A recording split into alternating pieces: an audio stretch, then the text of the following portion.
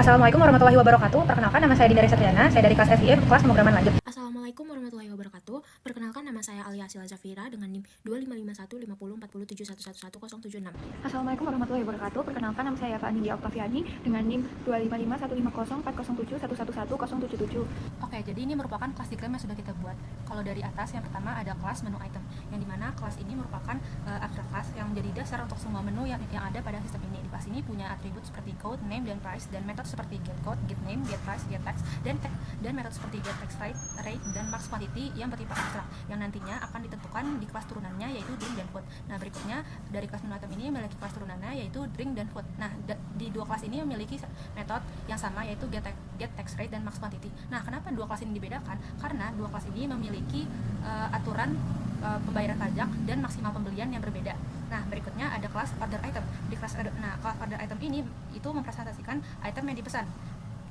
Di kelas order item ini memiliki atribut seperti item dan quantity, dan metode-metode seperti get item, get quantity, get subtotal before tax, get tax amount, get subtotal after tax, yang dimana metode-metode ini itu dibuat untuk melakukan perhitungan harga agar lebih terstruktur dan nantinya dapat digunakan di kelas lainnya. Intinya untuk menghitung perpajakan yang akan digunakan di kelas lainnya. Nah, berikutnya ada kelas order, yang dimana kelas order ini yang digunakan untuk menyimpan seluruh pesanan. Nah, pesanan ini akan dibedakan jadi dua, yaitu drink dan food, yang dimana ada metode-metodenya seperti add drink dan add food yang digunakan untuk menambahkan item ke dalam pesanan. Metode seperti get drink dan get food yang digunakan untuk mengambil daftar makanan yang dimasukkan, dan metode seperti is empty yang digunakan untuk mengecek apakah pesanan itu masih kosong atau enggak, dan metode seperti get total before tax, get total tax, dan get total tax yang digunakan untuk melakukan perhitungan pesanan dapat dilakukan secara terpusat di kelas order ini. Jadi perhitungan pajak itu akan terpusat di kelas order ini dengan adanya metode ini kembali. Nah, berikutnya ada kelas payment channel, yang dimana kelas payment channel ini merupakan abstrak kelas untuk metode pembayaran, untuk memilih metode pembayaran.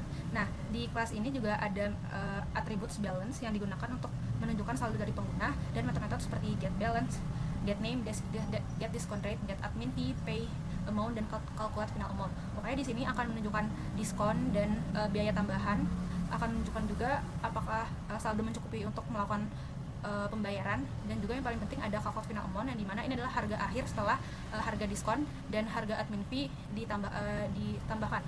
Nah, dari kelas payment channel ini memiliki kelas turunannya, yaitu berupa kelas metode pembayarannya, yaitu cash, kris, dan e-money. Nah, kelas tiga kelas ini tuh diturunkan dengan dibeda-bedakan seperti ini karena memiliki aturan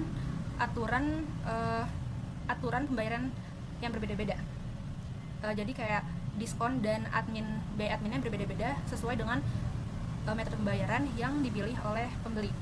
Oke, berikutnya ada kelas currency. Nah, kelas currency ini digunakan untuk mengatur konversi ke mata uang.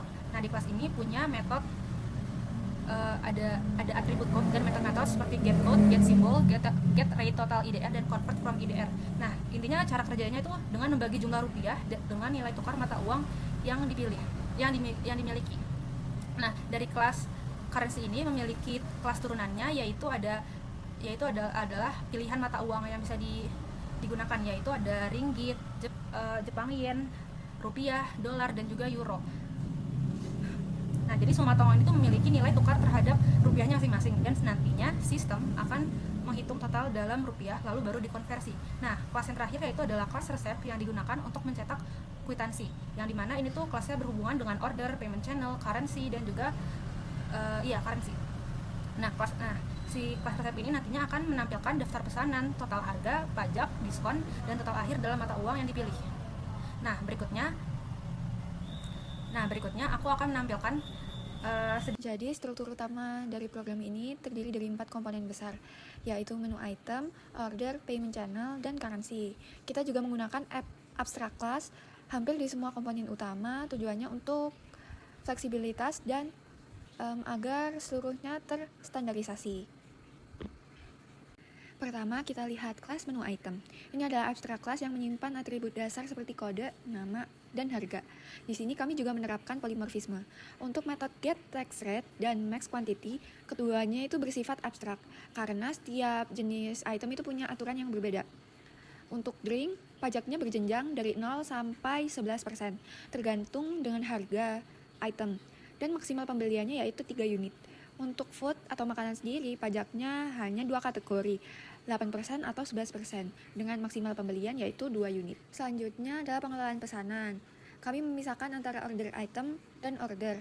Order item sendiri itu berfungsi sebagai wrapper untuk membungkus satu jenis produk serta kuantitasnya. Di sini juga dihitung subtotal dan pajak per itemnya. Lalu yang kedua yaitu order, bertugas sebagai pengelola daftar pesanan dalam bentuk array list. Kami juga memisahkan list untuk makanan dan minuman dengan batasan maksimal 5 jenis per kategori. Di kelas order ini menjadi pusat perhitungan total biaya sebelum dan sesudah pajak bagi seluruh item yang dipesan. Selanjutnya yaitu metode pembayaran bisa melalui kelas payment channel. Di sini ada 3 pilihan, yaitu yang pertama yang cash, itu tanpa diskon atau biaya admin. Selanjutnya yaitu QRIS, diskon 5%, e-money, diskon 7%, tapi ada biaya admin sebesar 20 per transaksi. Selain itu juga, ini bersifat multi currency, yaitu total tagihan dalam rupiah bisa dikonversi ke USD, JPY, MYR, atau EUR dengan menggunakan rate yang udah ditentukan. Dan ini termasuk prinsip enkapsulasi. Terakhir adalah kelas resip. Kelas ini bertugas untuk menyatukan semua informasi, seperti data pesanan, metode pembayaran yang dipilih, dan mata uang yang digunakan. Lalu, metode print yang ada di kelas ini akan menghasilkan output kwitansi, mulai dari rincian item, perhitungan diskon dari payment channel, hingga total akhir yang sudah dikonversi ke mata uang pilihan. Secara keseluruhan, kode ini menonjolkan penggunaan inheritance untuk kategori barang. Pertama, saya akan menjalankan program seperti yang bisa dilihat. Program langsung menampilkan daftar menu, minuman, dan makanan beserta kode dan harganya. Lalu saya akan menginput cappuccino dengan kode menu A2, lalu memasukkan kuantitasnya 1 porsi. Dan muncul daftar pesanannya, list pesanannya, yaitu cappuccino 1, dan itu dia minuman. Selanjutnya saya bakalan pesan caramel macchiato dengan kode E3 dengan kuantitas 2 porsi. Nah, perhatikan tabel pesanan yang otomatis terupdate setiap kali kita menambah menu. Jadi yang awalnya itu hanya cappuccino, setelah kita pesan lagi, list pesanannya itu terupdate menjadi cappuccino dan juga caramel macchiato. Selanjutnya, sekarang saya bakalan tambahin makanan temannya pizza dengan kode M1. Lalu dengan 1 porsi, dan saya buat finish untuk melakukan pembayaran. Setelah itu saya memilih mata uang. Nah, saya itu bakalan memilih mata uang USD dengan ini 2. Habis itu lalu kita pilih metode pembayaran QRIS yang memberikan diskon 5%. Jadi 2 juga. Dan total akhir yang sudah dikonversi ke USD.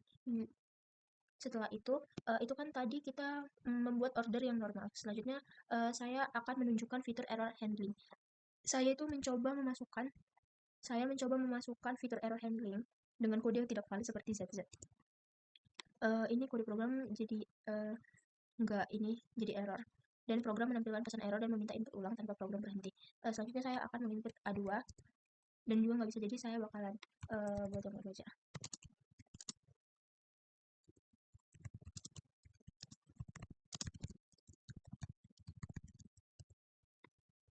Nah, ini setelah itu saya menginput ulang dengan inputan yang benar. Tapi saya mau coba dulu nih, kalau misalnya porsinya melebihi batas gimana ya. Ini A2, terus porsinya 5. Nah, bakalan tertulis bahwa kuantitas itu nggak valid, dan karena maksimal pemesanan porsi itu cuma 3 doang. Jadi setelah itu saya bakalan masukin input kuantitas yang benar. Oke, jadi aku pesan aja juga A2, terus pesanannya aku bikin 3 aja karena maksimalnya 3. Nah, setelah dimasukkan kuantitas yang benar, nah pesanan itu berhasil ditambahkan. Lalu aku bakalan nulis finish. Nah, ini kan disuruh milih mata uang. Aku milih mata uang yen, terus habis itu milih e-money karena e-money itu dapat memberikan diskon 7%. Namun ada biaya administrasinya itu sekitar 20 rupiah. Oke, kita pencet 3 berarti ya. Nah, ini ada nih, bisa dilihat di sini. Bisa dilihat di kwitansinya, diskon dan biaya admin sudah dihitung otomatis. Terakhir, saya akan menunjukkan fitur pembatalan pesanan. Saya ketik CC kapan aja, dan program langsung berhenti dengan pesanan dibatalkan. Itu tadi demo dari program Kohishop yang kami buat.